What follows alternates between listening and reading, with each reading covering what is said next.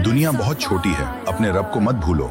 मैं कब्रिस्तान का रास्ता हूँ। हर दिन लोग किसी को छोड़ने आते हैं, लेकिन खुद को भूल जाते हैं। मैं रोज ये मंजर देखता हूँ। मैं एक कब्र हूँ। दुनिया वाले मुझे अंधेरा समझते हैं, लेकिन मैं हर इंसान का आखिरी घर हूँ।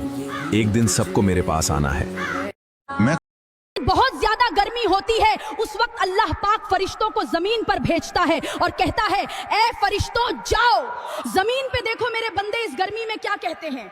अगर उस गर्मी में कोई ये छोटी सी दुआ पढ़ ले, अल्लाहुम्मा अजिरनी मिनन नार, ए अल्लाह इस गर्मी के मुकाबले मुझे जहन्नम की गर्मी से बचा, तो अल्लाह पाक फरिश्तों को गवाह बनाकर उस शख्स को जहन्नम से बख्श देता है।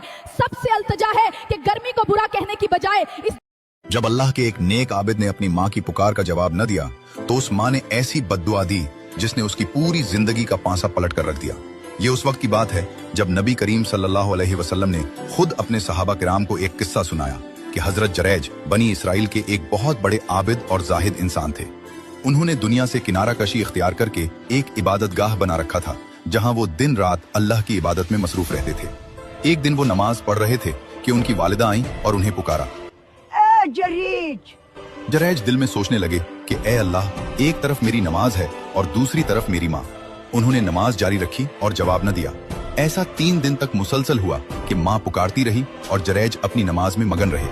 आखिरकार माँ ने दिल शिकस्ता होकर बद्दुआ दी, ए अल्लाह, इसे मौत ना आए जब तक ये किसी बदकार औरत का चेहरा न देख ले, यानी जब तक रुसवाई का सामना न करे। कुछ अरसा बाद बनी इसराइल के लोगों ने जरैज की इबादत का चर्चा किया, तो एक बदकार औरत ने दावा किया कि मैं उस आबिद को गुनाह में फंसा कर दिखाऊंगी।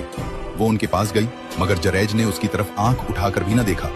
नाकाम होने पर उस औरत ने एक चरवाहे के साथ गुनाह किया, और जब बच्चा पैदा हुआ तो इल्जाम जरैज पर लगा दिया, ये बच्चा इस आबिद का है।